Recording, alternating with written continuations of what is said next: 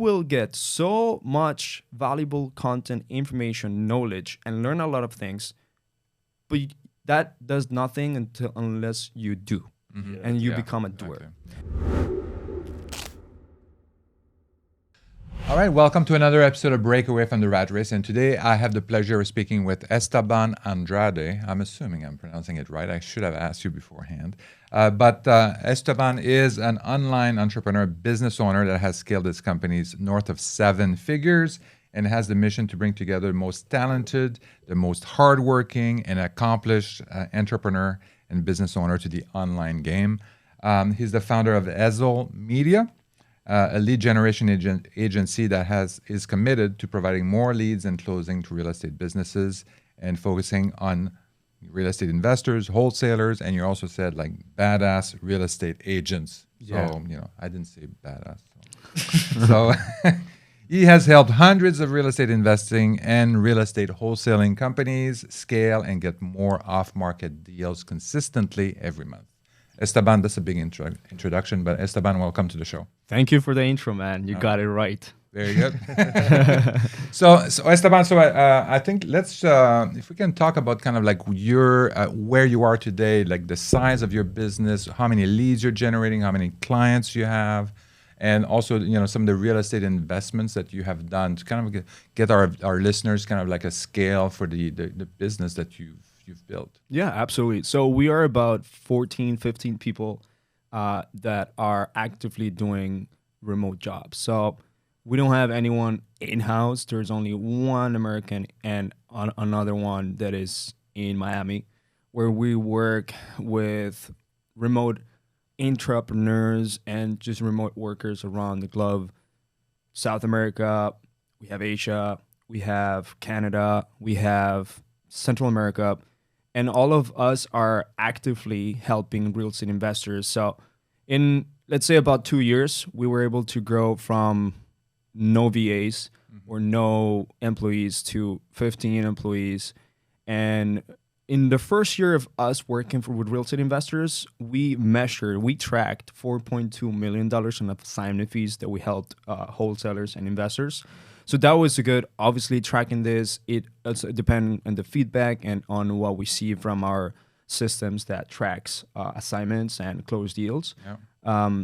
So we've been helping them at least start with about 10 to 40 leads minimum that are inbound, depending on the budget, depending on the location where they are, the competitiveness of the market, whether they do local marketing or they do statewide, nationwide. A lot of investors don't necessarily do only their backyard. They also do, let's say, other nationwide or different counties, and they would wholesale leads. And so we try to do the minimum, at least bare bones, but a lot of our investor clients, let's say the ones that really want to scale, they try to achieve more. So let's say $60 a day on Facebook can provide you around, in a local market, minimum 10 to 20 inbound fresh leads. And that's with the minimum ad spend. If you want to scale past that, then probably would be putting $70, $80 per day, and then going through an incubation period of at least 3 to 4 months so that you can start putting more ad spend and getting more sellers and ultimately scaling more spending, right? So we start very, very simple. We making sure that they get on the groove of speaking with sellers, inbound sellers, getting the conversion going, getting to follow up properly, getting them to really close deals. And once they use those profits, then we can put in more ad spend. We can ultimately add another channel such as Google PPC, which not everyone is ready to do right off the bat because it requires even more money, right? Yeah. But the beautiful thing about it is that we help them do this to leverage time. It's one of the biggest things that we've seen, leveraging time through digital marketing. So overall, we have about 70 clients on board, and all of them are either using digital marketing with us, Facebook or PPC. Some of them are doing TikTok ads. So if you think about it, TikTok, how do you get sellers with TikTok? And some of them, they also are using our remote Latinos virtual assistant service. As I told you at the beginning, we have teams all over the world, but we have Latin American people, and we've been helping them kind of get Latinos so that whenever the time comes, they can expand their business with real good people. Yeah. So you mentioned like did I hear that right? 4.3 million in 4.2, yeah, in assignment fees, and assignment that's fee. tracked. So this is the assignment fee that your clients are getting. That our clients we've been wholesaling. getting. So Yes. you're doing all the ads, you're and you're doing all of that. You're generating leads for these wholesalers, and then they're doing the assignment and Correct. making the fees. We help them. Yeah, and how do you get paid a percentage of this assignment fee, or you? How are you getting paid? We do have that option, but only with selected few. It's Okay. called rev share. Okay. So only the true closers and true operational businesses we trust in doing that. Imagine going with a newbie and being like, "Hey, I'm gonna depend on your closing skills." Yeah. And that's not gonna be a good business model for me. Yeah. And also, they're not gonna have skin in the game. So we have a monthly obviously retainer, or they can sign up with 6 months or 12 months. But the minimum mindset of doing this is at least 16 weeks, because if you think about it, Yeah. the sales conversion cycle, it's not like you're gonna close for sure like next month. Yeah, people don't decide like, oh, I see an ad. Oh, maybe I should sell my house, and then let me call up right away. So I think it's it Well, takes a they're not while. gonna You give need to away see their it. house too. Yeah, yeah, And even though, let's say they see an ad on Google and they have the intention of selling their house, let's say they type, "I need to sell my house fast." So they have the intention because they type these keywords.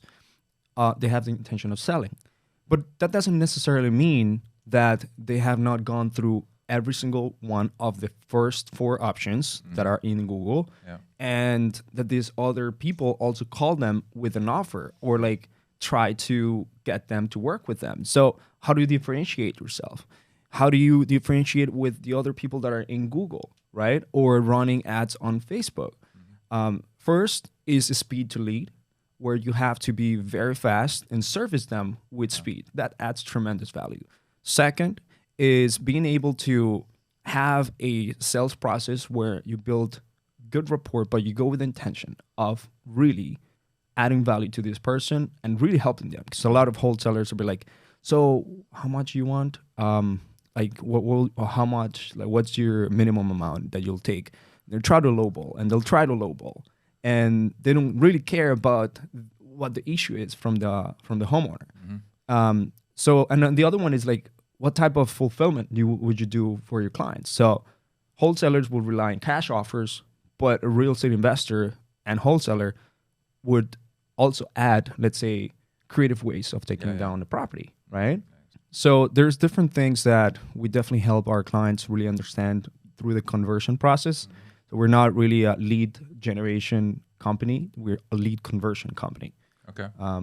And we've developed really great stuff so that when clients come in, they'll be like, "Okay, look, this is what I understand. In order for me to be successful, these are the key points that need to happen in order for me to really, really close deals from digital marketing." So when you're getting the lead, you're curating the lead, you're kind of qualifying them and stuff like that before you give them to your them. clients. Yeah. Yeah, a lot of times people will just put an ad and put like a quick 2-3 question form with just like, "Hey, name, email, That's what I've address," seen. and that's it. But there's no sifting through the noise there. Yeah. There is no friction, so that people that are maybe just thinking of selling but not really having the intention, those people will still go in. And how do you sift through the noise, the people that are not really serious? You have a pre-qualification process in your funnel, right? So you have enough questions so that it doesn't make them like take forever, but enough questions that they're gonna be able to be filled out fast. They're gonna go through some other questions and potentially at the end connect with your agent, with your closer, in a calendar link. For example, you can put them a Calendly at the end of the funnel, or be like, "Okay, now I can speak with them directly, or I can call them, or our inside sales agent or follow-up specialist call them right away, really quickly talk with them, pre-qualifies them, build some rapport, and land transfers it to our closers, to our clients' closers.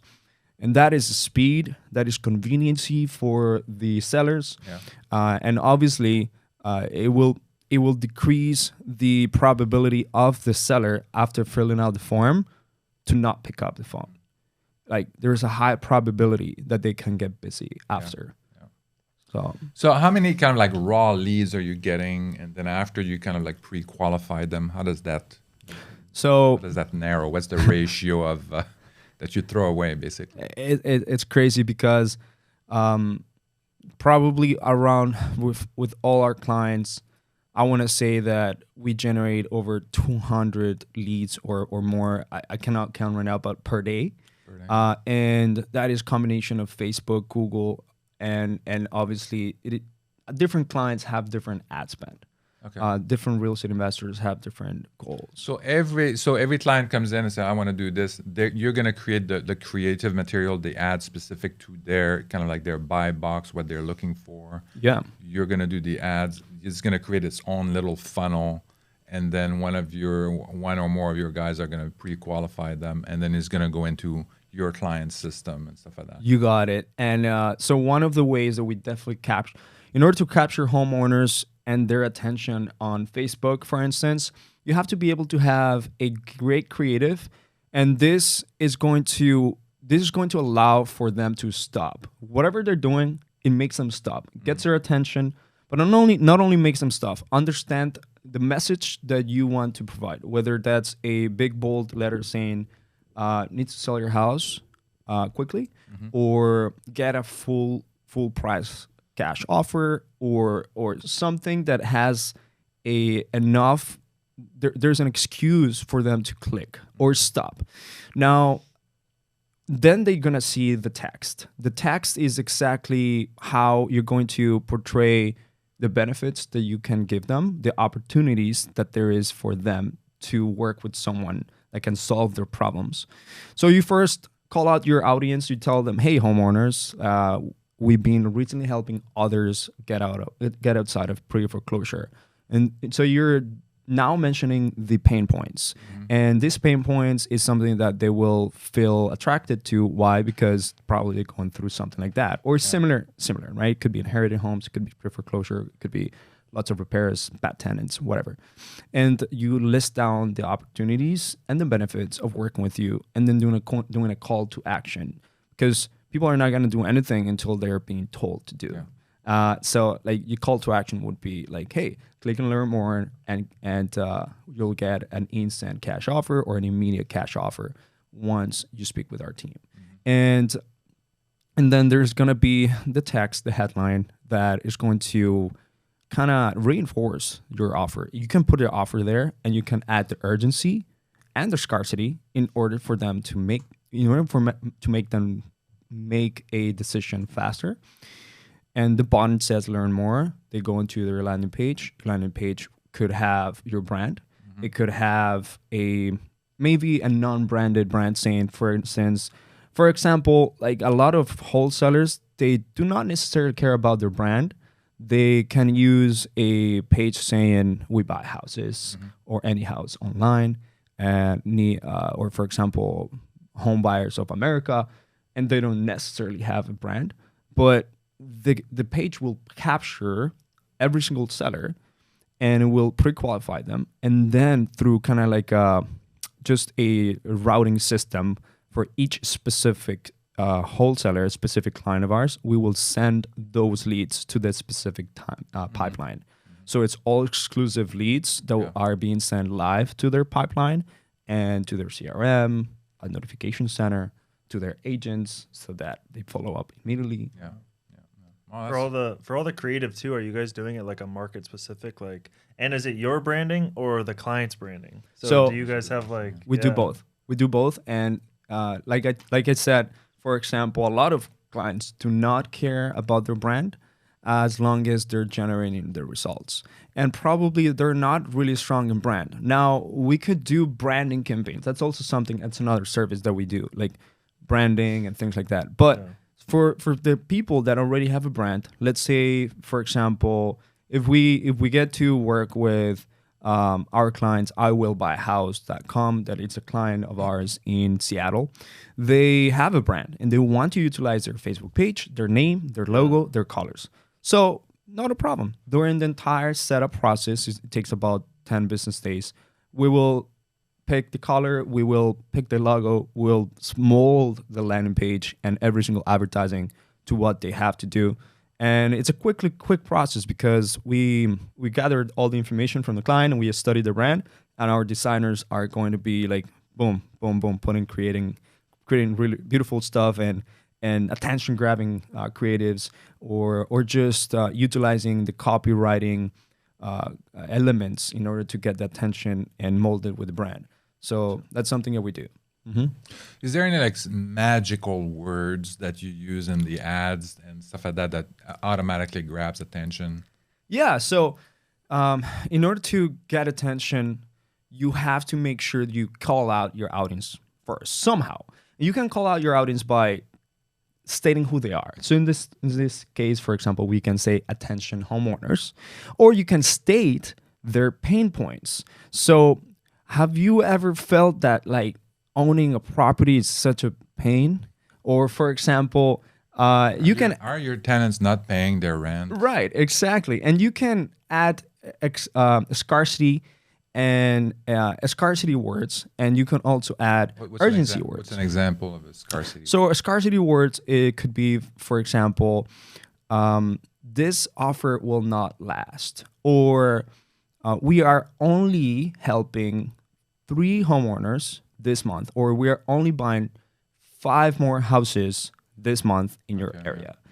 That actually puts scarcity into the ad, and it's going to make people think that this is kind of exclusive enough, and there's not too much of it. Yeah. Like, gives them a sense of urgency. Well, I better call now. I don't want to be number 6. So, for example, whenever you utilize scarcity and urgency, it allows people to take action faster. So the threshold of them not taking action, so a lot of people are on the fence, is reduced significantly whenever you use those 2 elements of marketing, which is scarcity and urgency. Yeah. And for something to add urgency, for example, is but hurry.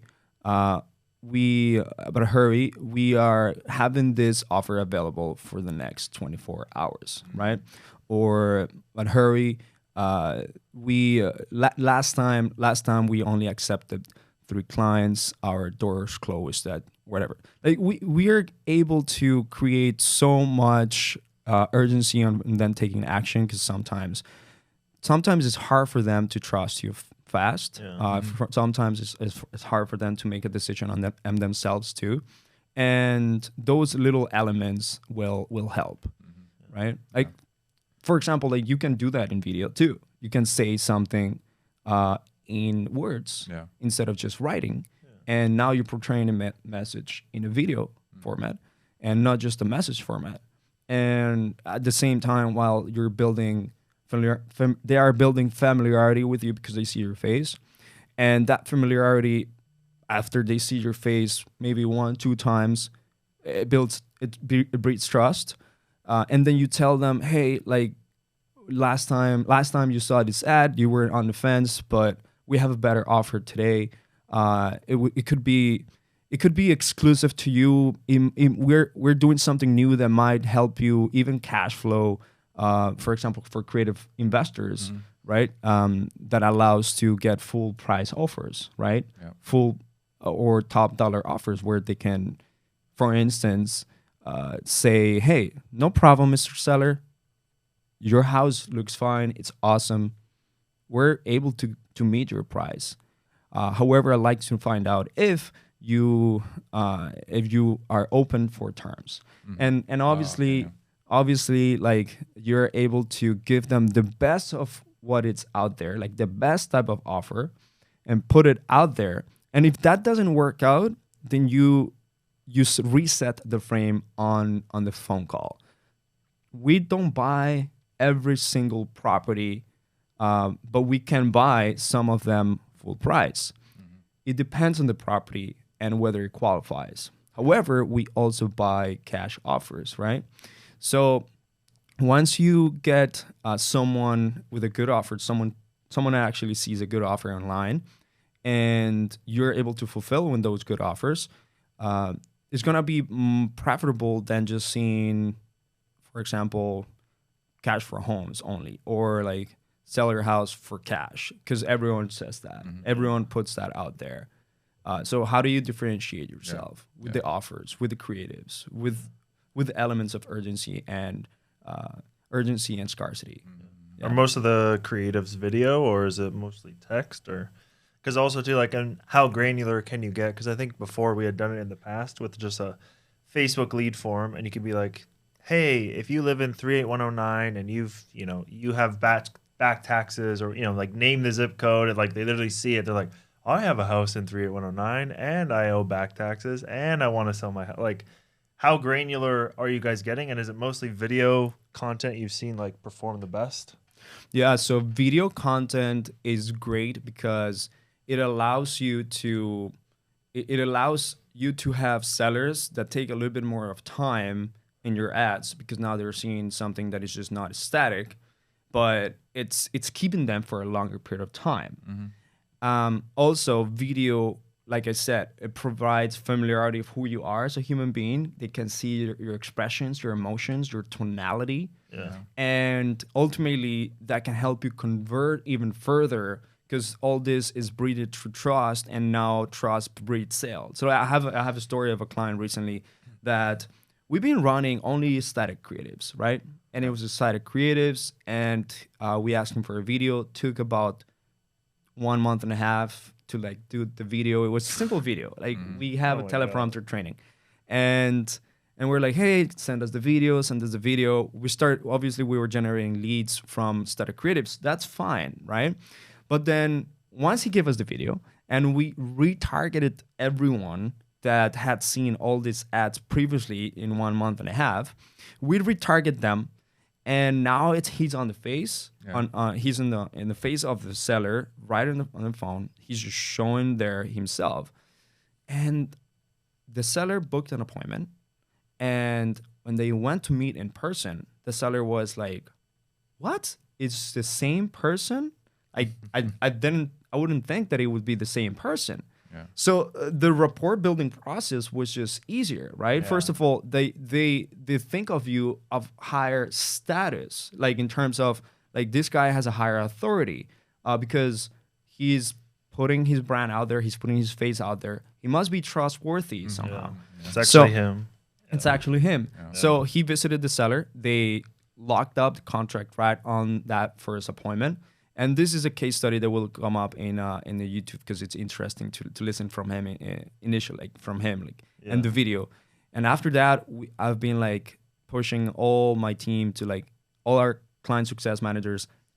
Clients have to give us videos for the retargeting ads, and even for the regular ads that just go to cold traffic. But they have to do it because there is a power in video. Right, there's a huge power. What about just their face? Like you have static ad that's just like words and a picture of a house. But what if it's an ad? Like, have you done any kind of A/B testing? It's the same ad, except like now you have the picture of the buyer, of your client in there.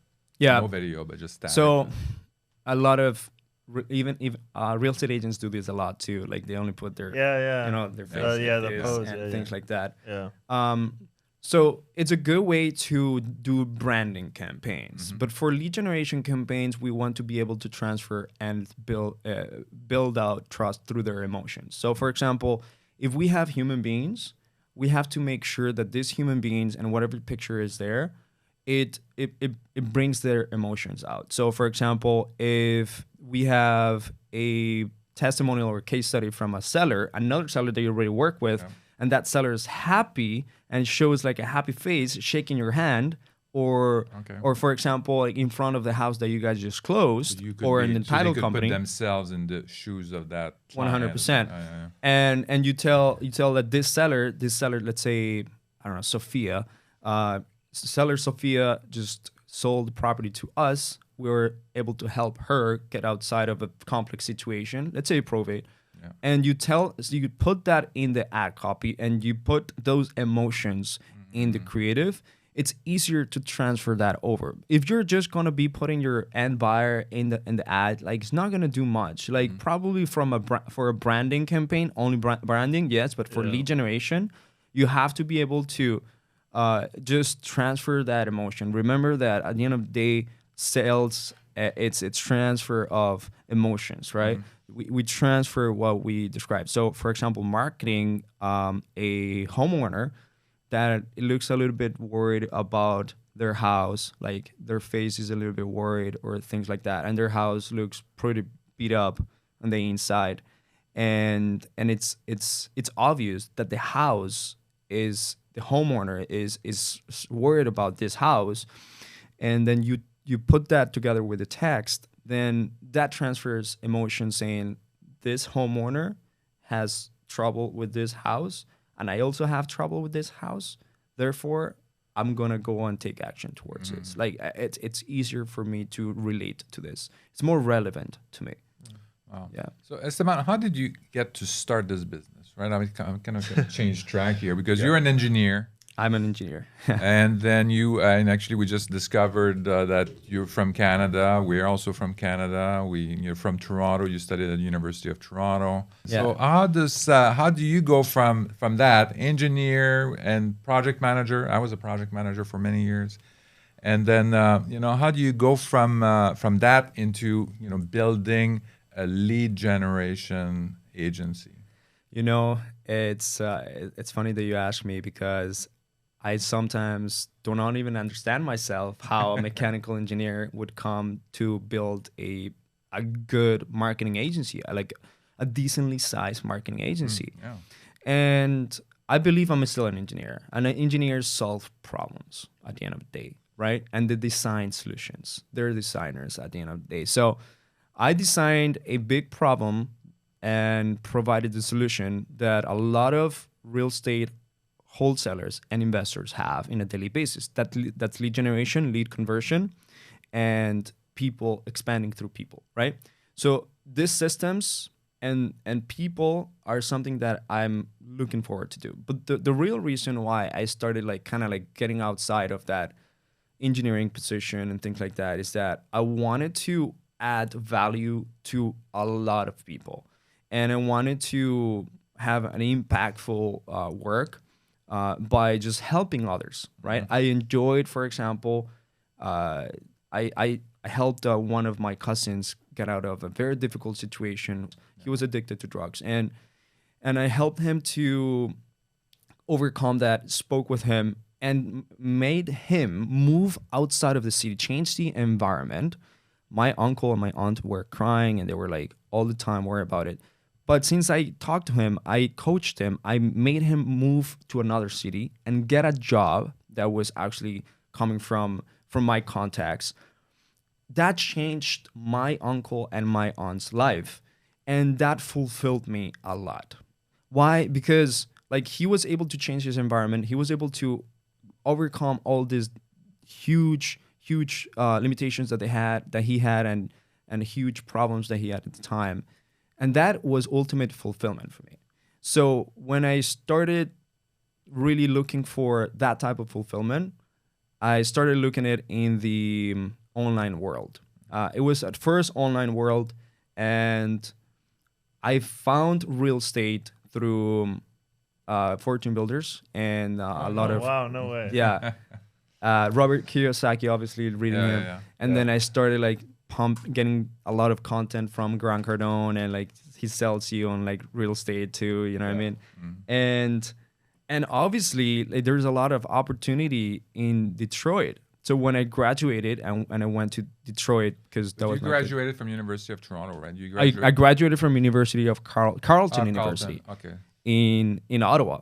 And then I went to Toronto. And that was in engineering that you graduated? Yeah, bachelor's in engineering. Okay, so did you ever have a bachelor's in marketing or anything like that? Or it was really just engineering? Honestly, at that point? You learned everything I have been learning has been by myself. Oh, really? Wow. Self-learner. A lot of podcasts, books, a lot of obviously YouTube videos. and invested in a lot of courses that of people that already have proven a system or a process. So, by the way, a huge person to learn from in marketing is Frank Kern and Dan Kennedy. Write that down. Those are huge guys to learn from in terms of learning marketing, understanding marketing. Another guy that is recent to understand marketing too is Alex Hermosi that I learned from a lot. And his book, 100 Million Offers. Oh my God. But I've been watching every single video for like the last 3 months, dude. Yeah. And it's like changed everything. It changes everything. Yeah. And I know that a lot of his mentors are Frank Kern and Dan Kennedy, for instance. Like he reads his books, he consumes his content, a lot of books. And so I didn't really like go to school for it. I just learned it by myself. And then later on, I invested into like great coaching courses and masterminds to learn even more. But I always had the personality to be outgoing, to be very people person, to be empathetic. And you know, you need to learn that. You need to be like that in order to understand marketing and sales. And just I had so much energy at work in Chrysler when I was working at Chrysler that I couldn't just get out. It was like a box, and I couldn't get out because what I had to deliver and what I had to give out there was so much more than designing vehicles or the pickup trucks. You know, the 2500, 3500. You know, all these vehicles that I used to design and yeah, it was cool to see the production of these vehicles and do all of that. But for me, it was easier and better to help people through that one skill set that I started to learn by myself, which was marketing. So, for instance, my first client was a cash buyer in Detroit. Okay. So when you work that's when you moved to Detroit from Toronto or Ottawa, and then you end up in working for Chrysler. Yeah, I ended up. Trucks. So I graduated from Carleton, went to Toronto, couldn't find a job. I did Uber for 8 months, and then I cold called someone in an engineering company. I cold called them in order to put myself out there and get the job.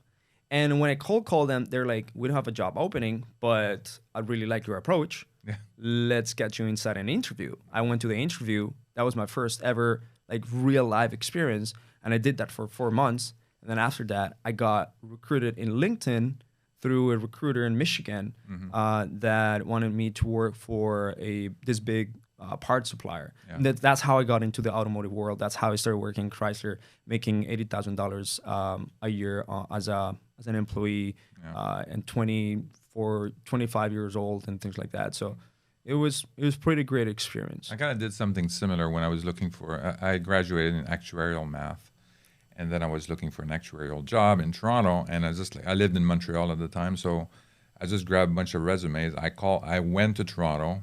I didn't have any interviews set up. Nobody was responding to anything, and I called them up. I said, "I'm in town. You don't have to pay for my flight or anything like that.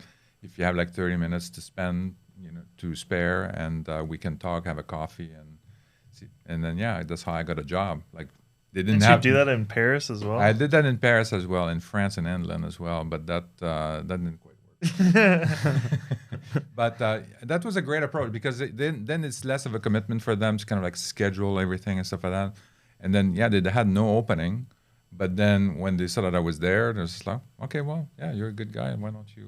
Well, make some room, I guess. I don't know how that works with HR, but that's how I got a job. You have to be bold and you have to be willing to because to before risk that, it. I had sent like 80 resumes, like all across the country, and it was just like nothing. I had sent like probably 300 applications throughout, like it may be about 2-3 months. 300 applications.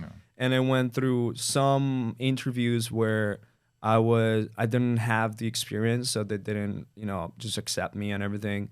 I did try to do those job networking things that would happen every 2 weeks and try to like sell myself and everything, but just didn't work out. And I was like, you know what? I'm just gonna like utilize.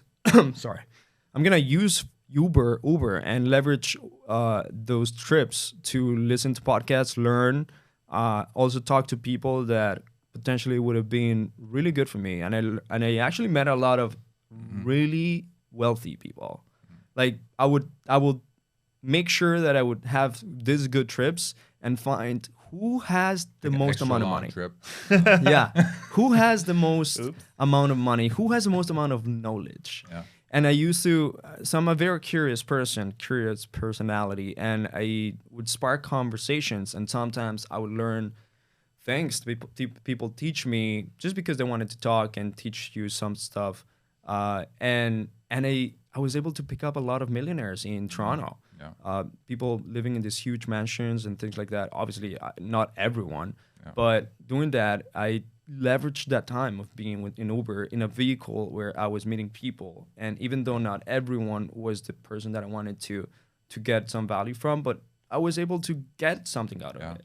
You have to sometimes squeeze whatever you're doing to squeeze the juice of whatever you're doing in order to get what you want. And if I chose Uber, I chose talking and conversating with people to get connections, find out how do they do what they do, how do they make money, how are they successful, and that ultimately was helping me. Not only that, but while driving, and this is a huge hack, is that I drove so much that I also consumed so much content in audio, Okay. right? That That you yeah. consumed a lot. Like, right. Oh, driving Uber, Esteban Uber, the drunkie. No, but yeah. So I consume so much content, audio content, that basically it increased my learning curve tremendously. Yeah. Like sometimes people will just listen to music or not do anything at all in their trip to work. Sometimes 30 minute trip, 1 hour trip. I decided that while driving Uber and my trips to work, I was going to listen to podcasts, highly valuable content that will teach me skill sets. For example, let's say Frank Kern, or a lot of Gary Vaynerchuk, a lot of mindset and a lot of tactical podcasts. And then ultimately, that's what kind of made me become rich in my mind, right? Yeah. And it was so much richness Yeah. in that I was getting from. Tell me about a little bit more about kind of like the mindset and stuff like that, because that must be, if I put myself in your shoes, driving Uber. First of all, I don't like driving, so it'd be extremely painful for me, even if I had to listen to podcasts all day. And then, so you must be, you had kind of like you say, well, okay, I'm driving Uber, and then I'm listening to all these podcasts. And then how does that transformation happen that you say, okay, well, I'm going to get off the car now and I'm just going to be lead generation. I have enough knowledge, or I'm just going to get started. Or so what's the transition here, or the catalyst that made that happen? Obviously, driving Uber is not a sustainable model, and Don't tell Uber that. and being an Uber driver forever is not going to get you too far unless you're willing to think outside the box and do things that a lot of people are not doing. I decided to listen to podcasts while I was going from trip to trip, and I didn't have a passenger. And when I had a passenger, I decided to have conversations. That helped me think, how can I make the most out of my time? Time is one of the most valuable assets. And at the moment, I had the attention on Uber and the passenger. So I build out customer service skill sets. I build out negotiation or dealing with like very uncomfortable or different situations that would come up from like people that are really hard to deal with. Yeah. I built a few skill sets that people would teach me, and connections. People would literally invite me to the bar right after. It's just because I was having good conversation, making them feel great. It's all about the experience that also you give to your clients as soon as they go inside your car. But the mindset is like, you will get so much valuable content, information, knowledge, and learn a lot of things, but that does nothing unless you do, and you become a doer. Exactly. Yeah. And for me, I was listening to all these marketing podcasts and Grant Cardone and everything, and I was like, you know what? I've been driving Uber. I've been getting this amount of good value. Now I'm gonna make a spreadsheet, just like I listen to a podcast. make a spreadsheet, list down every single company that I potentially could actually work with, and put a spreadsheet where I had the phone number, the email, and I have like a follow-up column. Did that for like 300 companies. That's how I cold called, and then got the job. And then the same principles that I applied would be for finding my job in Michigan that would pay me in American dollars, not Canadian. And then also finding a way to get outside of that box by learning about lead generation, by testing myself out, testing my skills, and just doing and risking it. Because here's one of the biggest things that here's one of the biggest regrets that I had around my 20s, early 20s, is that I did not take action faster, and I was not risking it faster. You have to risk it to get the biscuit. There's no way there's no way that you're going to achieve success, high levels of success without risk. There's no way. Like, I haven't met anyone that haven't risked time with the family or their job, or not having income the next month because you are in commission based or you are on sales based. I haven't met anyone that achieved greatness without risk.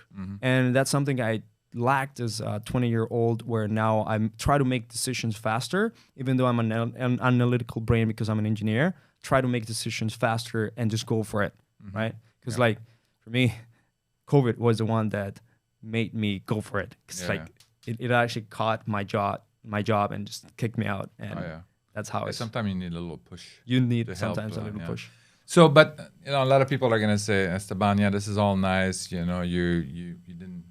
You're young. Maybe you didn't have the big house. You didn't have the family. And it's kind of like the same thing for me too. Like when I got started and when I bought that 8-unit apartment building, I said, well, what's the worst thing they can take? Is like the $50 I have in my bank account if I go bankrupt. There was not much risk. For you, I mean, you had a job and stuff like that, so you have a little bit more. But people are gonna say, well, this is easy for you to say take risk, but what about me? Like, I have a house. I don't want to lose my house. I don't want to lose this. I don't want to lose. So how do you, and you're again analytical mind, so kind of how do you mitigate the risk? How do you make sure that you take a chance, you take a risk, but a calculated risk? Right. So obviously understand every single potential things that could go wrong, and being able, like, if you're gonna make a decision and you're unsure about the decision, you have to see, like, can you live with it? Like, if you make the wrong decision, can you live with it? Is it the end of the world? Can you go back?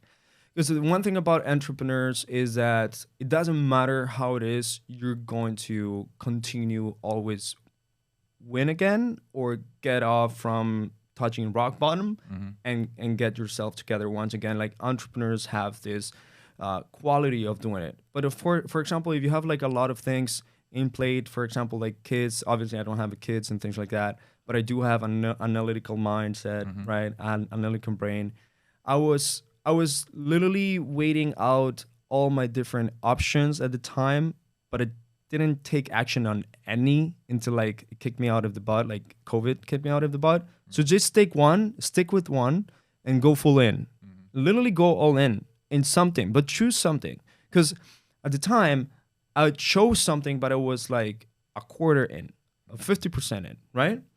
And I started becoming good and stuff, but I was not 100% in. Yeah. When you are all in into something, it's easier now to make a decision that, okay, now this is something that it's going to be, it's something I'm going to focus on, and it's something that I'm going to really achieve great things, even if you're an analytical mind, right? Just pick something and go all in.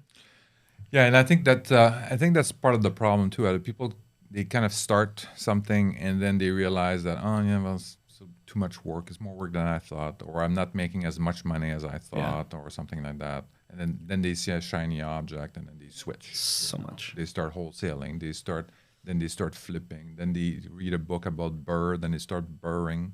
But I think once you find a model, whatever interests you first, I think it's worth going deeper and deeper, and then really kind of like do a deep dive, like commit yourself, to that business if you're making some money, and then try to take it as far as you can. I think this is and then after a while, then you can say, okay, well, this is great, but I think I can do better, and then you can move on. But I think people are moving on a little too quickly, and they're not taking on the lessons of committing themselves, I think, to their venture or to their business and all that.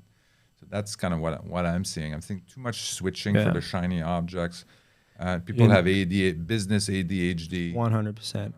Look, man, at the beginning, I try to juggle with a few different things because, like, it's high dopamine effect that whenever you start something new, you have high dopamine effect. Like, it's like, oh, this is new. I'm going to go in there and, like, start this and, like, do a little bit of this, or 60%, 70% in. And then, but you're also doing all 3 other different things or 2 other different things. And you're not putting 100% in. Like, if you put 100% in something, I can guarantee you that amount that you could have put in that only one thing, while you were juggling with other different things, that amount will generate you way more money, more revenue, more growth. For example, me, at the beginning, I was doing flipping, I was doing lead gen, and I was doing Amazon FBA. And, like, first of all, the only ones that correlate to they obviously all of them need lead gen, but, like, flipping takes time, effort, sacrifice, and a lot of stress. Lead gen is a skill set that you have to consistently, like, be, like, sharpening. And Amazon FBA, fulfillment by Amazon, it's, like, so much attention. So I limited Amazon. And then I learned that, hey, if I only go all in lead gen and forget about flipping, forget about wholesaling, like, I know it's great. And I know that there is wealth in real estate. But if I do lead gen in real estate and I go all in, I simplified my business. And now how do I further go into simplification? When you do lead gen, you can also offer Facebook ads, PPC, YouTube ads, TikTok ads. You can offer, like, organic cold calling, or you can offer SMS marketing. You can offer different lead gen. Yeah. Okay, simplify again. Which one are you going to focus on?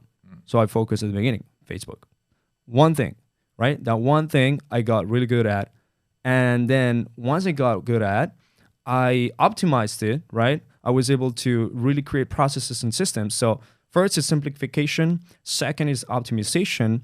And then I can expand. I can expand and taking in more clients, or taking in potentially a little bit of PPC now, because now I have the capacity of doing Facebook really well. So that's how you do it, like simplification, optimization, and then expansion. You can expand your business, and you can expand it by adding another tool in your toolbox. For example, if you got so good at generating leads to wholesale, but you realize that recession is not really great for only wholesalers, but you have to utilize novation agreement, create subject to opportunities and seller finance, then you have to do it, but you have to learn how to generate opportunities and how to close opportunities through the simple form, which is wholesaling, right?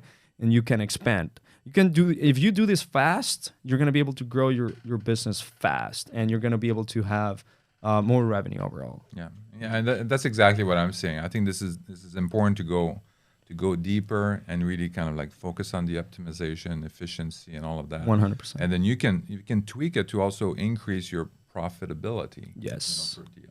And then you can start, when that's working great, then you can think about expanding. You can expand vertically. I mean, you could have decided to say, hey, I can generate all these leads.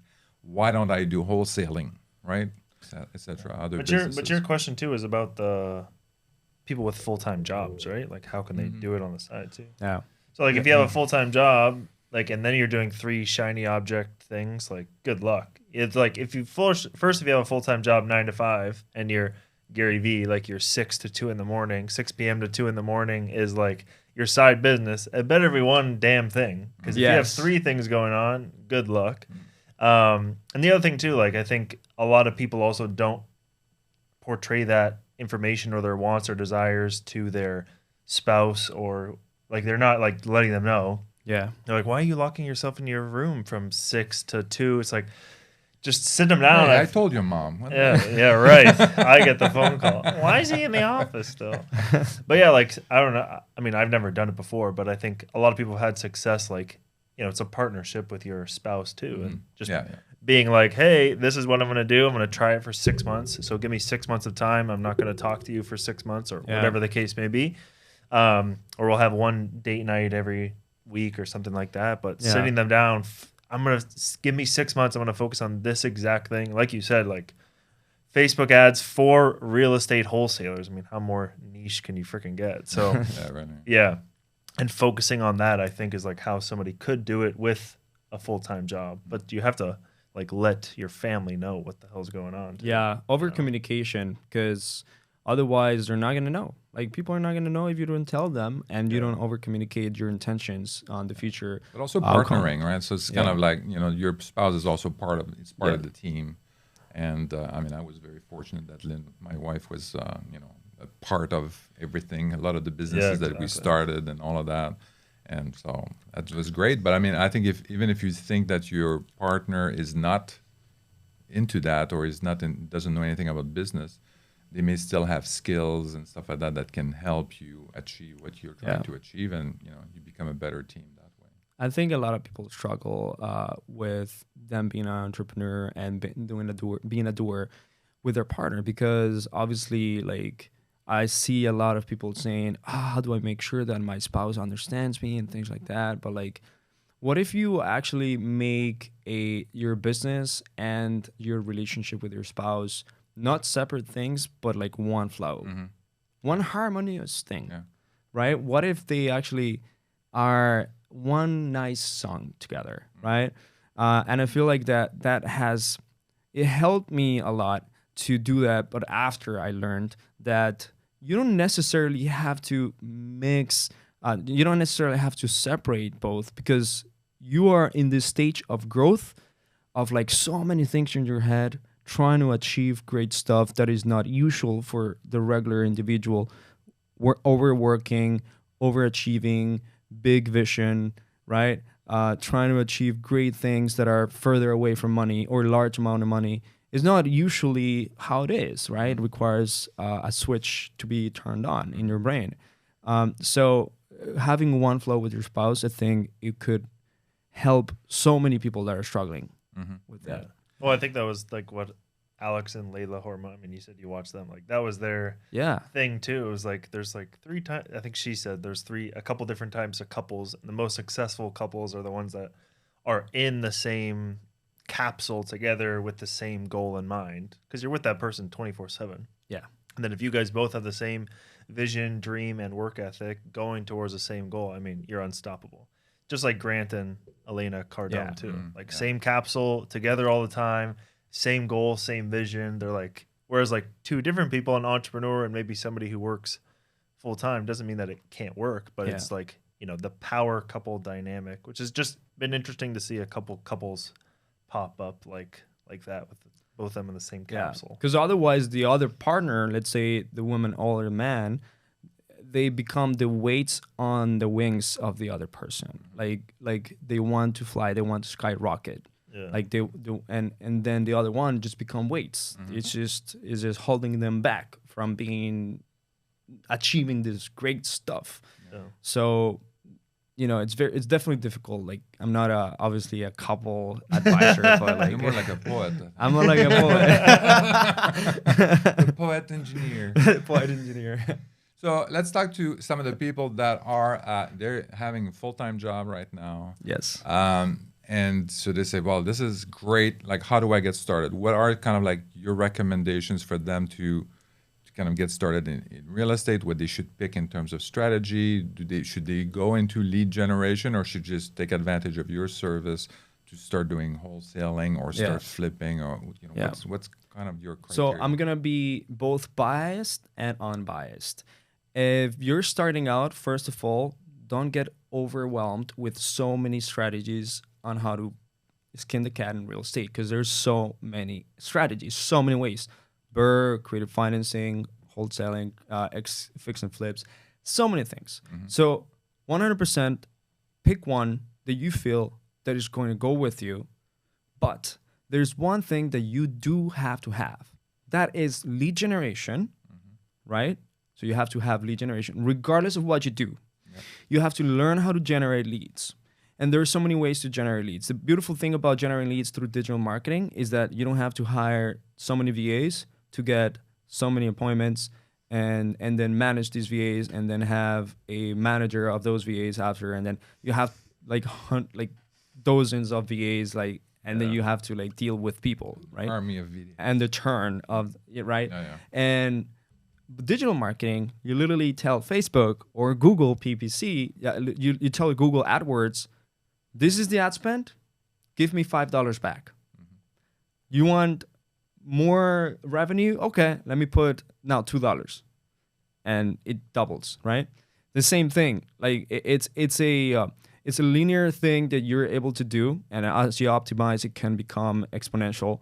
But $1 can bring you X amount of dollars. So, for example, one of our clients in the first 4 months, like, okay, this is off charts, but it brought him $33 out of $1 in the first 4 months. But usually, you would have, in average, people bringing $5 for every dollar that they put in. Wow. And if they want to expand, now they put $2 so that they can bring $10, right? And that's the beautiful thing. You just leverage your money and get your time back. Don't have to have a hassle of managing lots of VAs for SMS marketing or a cold call. And the leads come in, and they come in with the intention and speaking with you.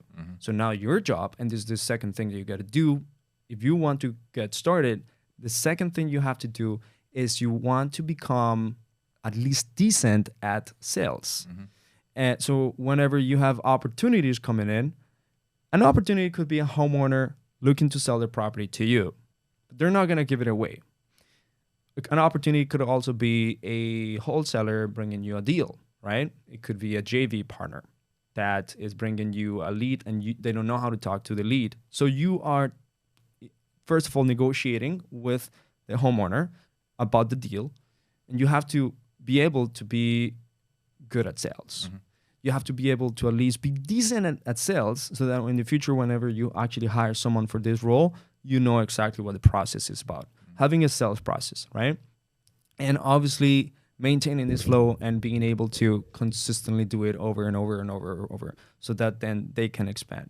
So once you have these two, and you have these two nailed down, it's gonna be easier to make further decisions, because now you're cash flowing on your business, and you're actually making money in your business. Choose one thing, learn lead gen, and learn sales. So what if they're not good at, so lead gens, we know where they go. Right? So what if they're not that good at sales? Where would you? There's a few books that I definitely recommend, and it has a masterclass. So Never Split the Difference by Chris Voss. That one is going to help you understand different things about sales. But in terms of the sales process, there is this guy, his name is Eric Klein, and it's one of the most concise sales process that I've seen in real estate. And he comes from the timeshare industry. I learned from him that, first of all, he scaled that timeshare agency to, he was speaking with timeshare distressed owners, and he was obviously like doing a lot of sales. He expanded that company to $46 million a year or something like that. Wow. And he is an expert in sales, and he is right now like putting a lot of free things. And he has, I believe, he has a program like this, like 6 weeks, but like, he's the most concise out there. There's other people that definitely have really great courses in sales, such as Steve Trank. Yeah. But if it is real estate, stick with someone that has, sales. For example, taking the sales frameworks and put it in their specific niche. Right? Because like if we're talking about like, let's say Grant Cardone is B2B sales. That's right. If we're talking about, let's say, Chris Voss, well, he teaches you how he used to negotiate with FBI, not with the FBI, as an FBI agent, how to negotiate with kidnappers. But a lot of the skill sets can be applied. Yeah, it's a little bit different. Torture, it's called. Yes. Whoa. This is how you negotiate. That's funny. So let's talk about the state of the business. So what do you think is going on right now in terms of the marketing, like the and all of that, but also kind of like the lead generation? You see there's going to be more people that are going to be, interested in selling their home. I think that a lot of people are going to become, again, during the recessions, become rich once again because they're able to find a groove that works real well. For example, at this moment with the recession happening, a lot of homeowners are realizing that their houses are not going to be sold as if it was 4 months ago. It's not the same. And people are going to go into like a state of panic or into the state of fear or into the state of uncertainty. And if you're a true real estate investor and can add value to your clients, to your homeowners, and utilize techniques such as creative financing, we're talking about subject to novations, and you're able to structure deals for them where it makes sense for them, not only rely on cash offer. Yeah, you're going to have those unicorn ones coming in that are cash offer friendly. But now how do you make sure that your fulfillment with your client is having something that makes sense with the current economy? Like subject to, you can wholesale subject to, you can do novations agreement.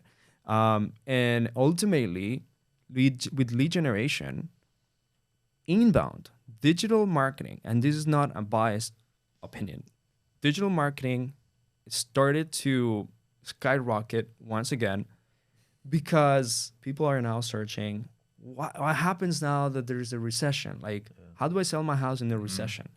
I need to sell my house, but the recession, the Zillow's estimate is too low now, right? Or like they're just doing these different searches online, and they are now going to be looking for a solution. And most people look for a solution online. I want to say about 74%, according to a study that was done by a university. I don't remember where, but people will find a solution online, right?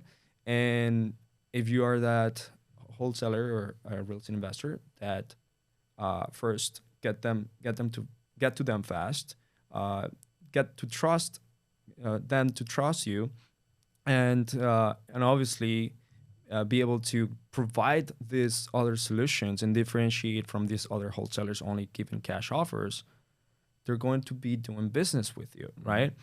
And so you can do digital marketing and combine digital marketing with some sort of outbound. I always tell my clients that digital marketing needs to be combined with some sort of outbound. Like outbound will give you a sense of that I'm getting a lot of leads, even though I have to work them. So it could be SMS marketing, it could be like cold calling, that's outbound. And the inbound will give you high quality, but it's not going to give you too many, right? It's not as many as outbound, but with outbound, there's still opportunities. So mix those two, and then you're going to be able to have a sustainable business and thrive throughout the recession. And for your inbound, do you have a dollar metric for your clients about how much it costs per closing or per wholesale deal or per contract? Yeah. Miami, for example, is one of the most expensive markets out there. Like, no kidding. Like, it's crazy what South Florida is, and you have to be willing to spend at least $300 to $400 on, for example, per lead on Google here, and go all the way to $4,000, $5,000, $6,000 cost per deal, or even more. But obviously, like, you can get a good profit out of it. Yeah, right? That's not that bad. It's not that bad. So $4,000 a lead. No. He said $400 per lead, $4,000 for a deal under contract. Oh, okay. yeah, exactly. Okay. So definitely there's different markets give you different numbers. Yeah. But so you got to be able to choose a good market that you can do.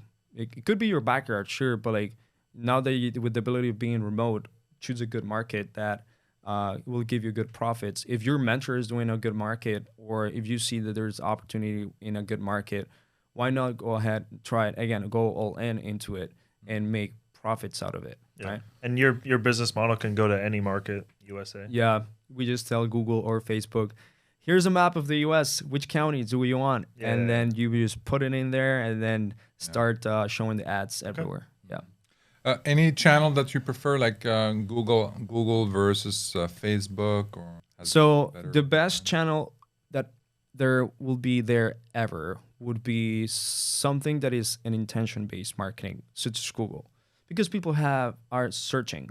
However, there's more competition. Yeah. And but Facebook, the beautiful thing about it is that you can retarget those Yeah.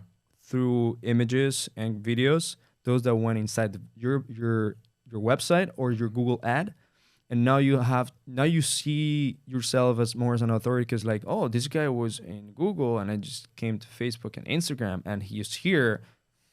Wow. And He's at my house. yes, exactly. He's at my door. Yeah, and even for example, you can send email marketing. Let's say you email all your homeowners, and then there's a link. Let's say you give them a report of like how to sell a house during the recession, and they click on that report. You're able to again pop up right there on Facebook and Instagram, and be like, we can buy your house or sell your house with us. And get top dollar, get full price, get a cash offer for your house, and you're gonna be seen again as an authority, right? Again, you're gonna be seen as someone that they can potentially trust because there's a visual aspect of it, right? And then you get them on the phone, and you're gonna be able to have a good conversation with people. Like, to me, it's all not about such a good It's not conversations. a cold lead anymore because you kind of like they were warmed up through the process. They've seen you, they've heard you Correct. talk and stuff like that. Correct. Yeah. Especially like, for example, if you go to Google or someone goes into a Facebook ad and there is a landing page and they see credibility, right? That they see case studies. One of the biggest things that I tell our clients, and this is one of the biggest hacks, is every time that you have a win with a homeowner, even if you close one deal, okay, and that homeowner is happy with your process, with their experience, tell the homeowner, hey, I'll be willing to give you a $75 gift card. All right. All I need is if you can help me help others, we can film a video testimonial here at the title company or at in front of your property. And you tell us about your experience. You film that video testimonial, you put it into the landing page or your website, and you can cut it in multiple videos, just like what you would be doing in this podcast. And ultimately, that gives the sense of trust to any other person that will come into the landing page after that person.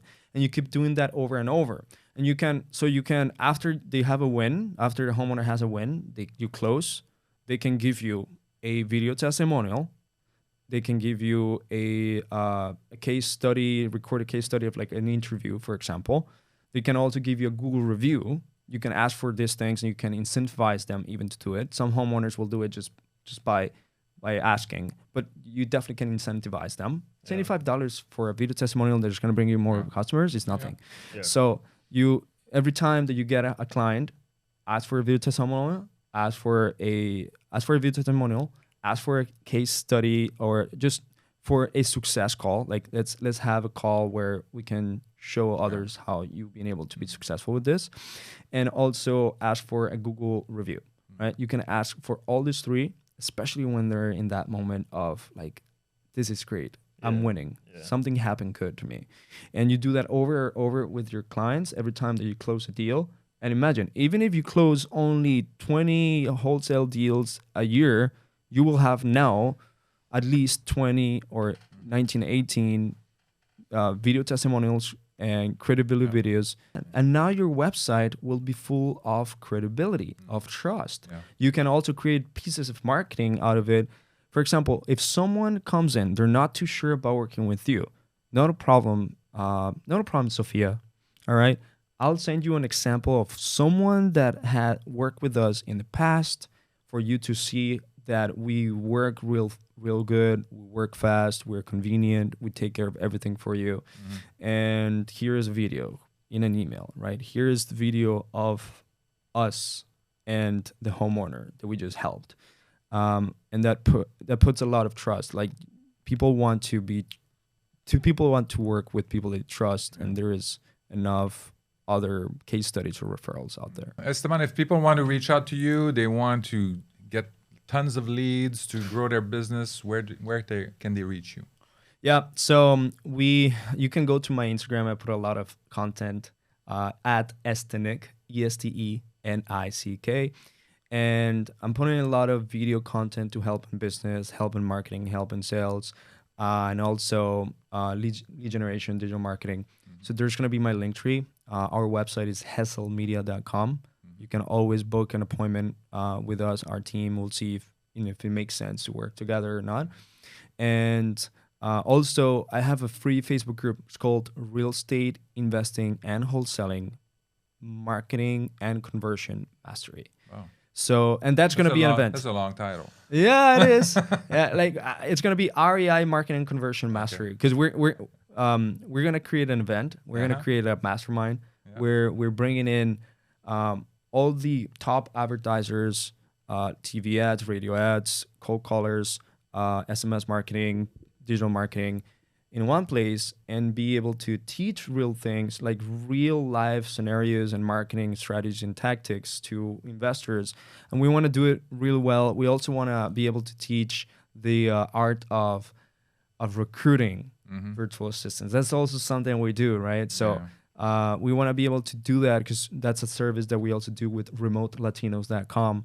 And we want to be able to help as many Latinos to get jobs here in the United States, and as many businesses to help other Latinos to get jobs. These Latinos come in with same skill set, just lower cost for you, same time zones, so you don't have to deal with like Asian time zones and things like that.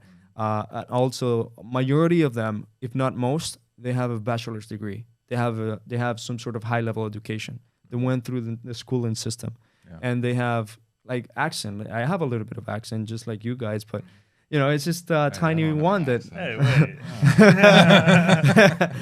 It's a tiny one that people in the U.S. are very used to, right? Yeah. So.